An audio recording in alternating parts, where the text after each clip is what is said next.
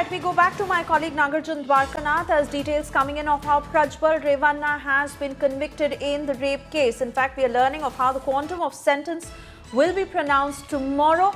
Prajwal Revanna, coming in from a very influential political family, MP himself, the former MP Prajwal Revanna, who was facing charges of rape and also filming women illegally. The case was registered at the CID cybercrime station, which was based on a complaint that was filed by a domestic worker who claimed that she had been raped by Prajwal Revanna, and this had happened during COVID at his farmhouse. He is accused of raping the woman and also recording the act on video. The case that was registered under IPC sections 376 and several other sections that were invoked in this particular case. The CID SIT that had investigated this case and also filed a charge sheet that comprised nearly 2,000 pages. So concrete evidence that has now gone against him. They had in fact collected 123 pieces of evidence during the probe that was conducted. The investigation was led by CID Inspector Shobha and her team. The trial that had begun on 31st of December 2024 is when he was taken into custody, and the court has examined 23 witnesses by far in connection to this case. If I have Nagarjun Dwarkanath joining us on the broadcast. I believe he'll join us in a short while from now, as he also shared with us how Prajwal Revanna broke down in court as soon as the court said that he has been convicted in this case. Now, there is no surety yet on what the quantum of sentence will be, whether it will be 7 years or 10 years or 15 years of or life imprisonment. That is something that the court will pronounce tomorrow. But damning charges that had been leveled against Prajwal Revanna.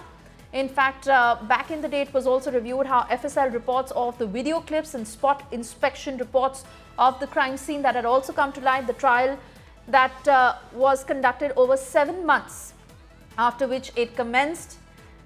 And now Prajwal Revanna, who has been convicted. Let me go to my colleague Akshita joining us from the newsroom on this big development and how it raises the hopes of all those women who had been exploited by Prajwal Revanna. Many had believed that since the fact that he has been a former MP himself, he comes from such a strong political family, will the law really take its course? But it has happened. He has been convicted. That's right, Suesha, you're right in pointing out, that there was a lot of focus on whether there would be an impartial investigation. Kudos to the agencies for ensuring that. But this is one case that he's been convicted in. This is the case of a 47-year-old domestic worker who'd filed a case of rape against Prajwal Revanna, which is what had led to really the flurry of allegations emerging against him. This is one of 4 at least rape cases that have been filed against Prajwal Revanna. So this is just the beginning of a whole sea of trouble, hopefully, for this man who's been accused of all kinds of sexual assault, of rape, of abuse allegations against many, many women. Just to take your viewers back to what really happened, Suesha, this is something that had come to light in April 2024.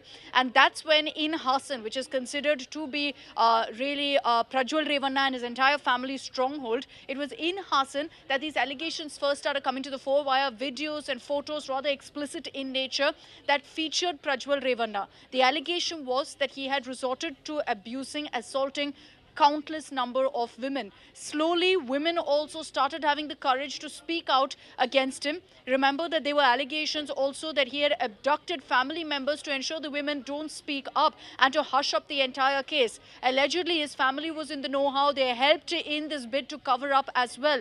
And as these allegations came to the fore, Prajwal Revanna fled.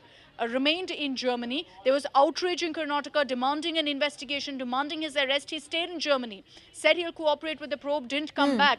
Finally, the Interpol had to issue a blue corner notice, and then Prajwal Revanna came back in May, said he would cooperate with the investigation, and it was under huge pressure that finally the JDS also suspended him, considering he belongs essentially to the first family of the party. Now you're seeing the first step towards justice with Prajwal Revanna being convicted for rape. What we're hearing from our reporters who are on the ground from Nagarjun and Sagai is that Prajwal Revanna broke down, started crying in court. But like I said, Suesha, this is just one case of rape that's been filed against him. There are at least 4 other rape cases against him. In this particular case, it was a 47-year-old domestic worker who worked in the Revanna household who had accused him of rape, and there were explicit photos and videos, enough evidence against him.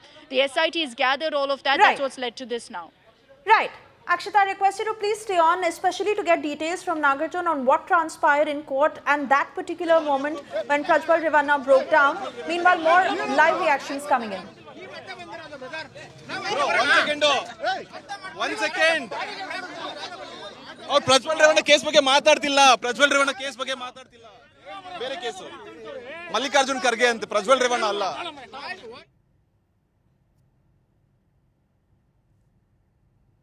All right, Nagarjun there getting us more sound bites and live reactions. I believe he's still connected with us. Nagarjun, if you can't hear me, what's happening outside the court? I can hear you. In fact, any moment now, Prajwal Revanna would be leaving the court is what we are told. I am at the court here. You can see all the police completely cordoned off the area. Police security has beefed up. The former MP now has been convicted of rape. He was charged with section 376 in brackets 2 and section K of it. The sentence of the conviction will be pronounced tomorrow. And I was right in the court hall when I saw Prajwal. As soon as he heard the news of his conviction or the judgment of his conviction, he broke down. Then he wiped his tears with both his hands and then immediately rushed out of the court hall. He had come at around 11:30 in the morning. He was waiting till 1 o'clock because there was other cases coming up. The moment the bench or the judge pronounced the verdict, he immediately broke down in the court. Now he's no more an accused. He is a convict in this rape case. And this is just one of the 4 rape cases. The victim was a 48-year-old maid who was working in Prajwal's house. And the allegation back then was that she was raped twice. And there was video also which was that he had recorded.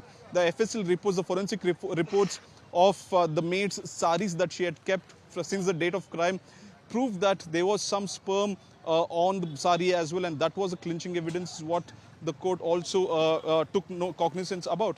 And today the court around 1 p.m., 1:30 p.m.